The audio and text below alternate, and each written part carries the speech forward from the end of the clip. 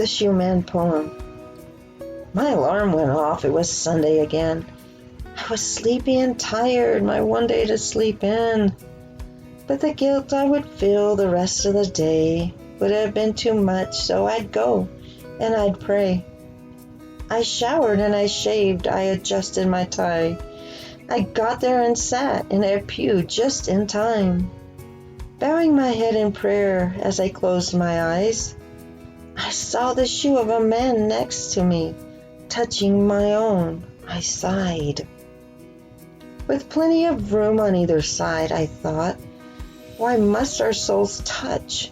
It bothered me, his shoe, touching mine. But it didn't bother him much. A prayer began, Our Father. I thought, this man with his shoes has no pride. They're dusty and worn and scratched.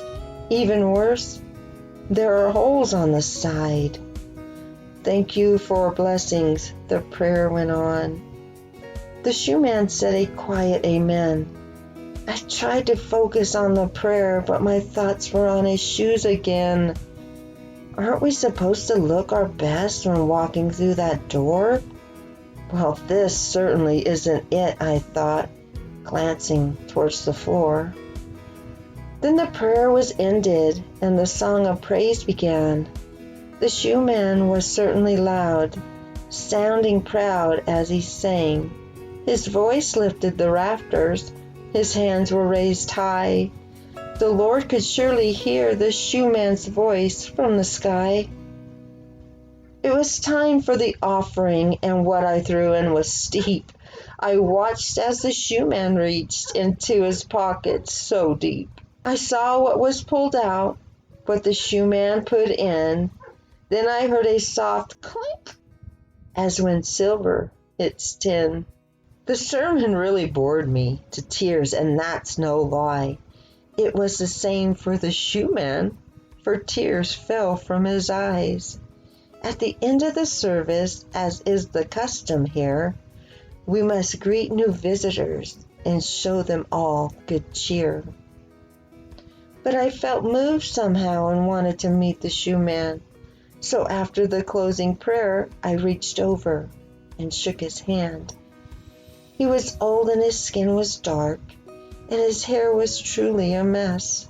But I thanked him for coming, for being our guest.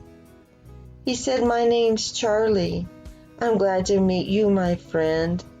There were tears in his eyes, but he had a large, wide grin.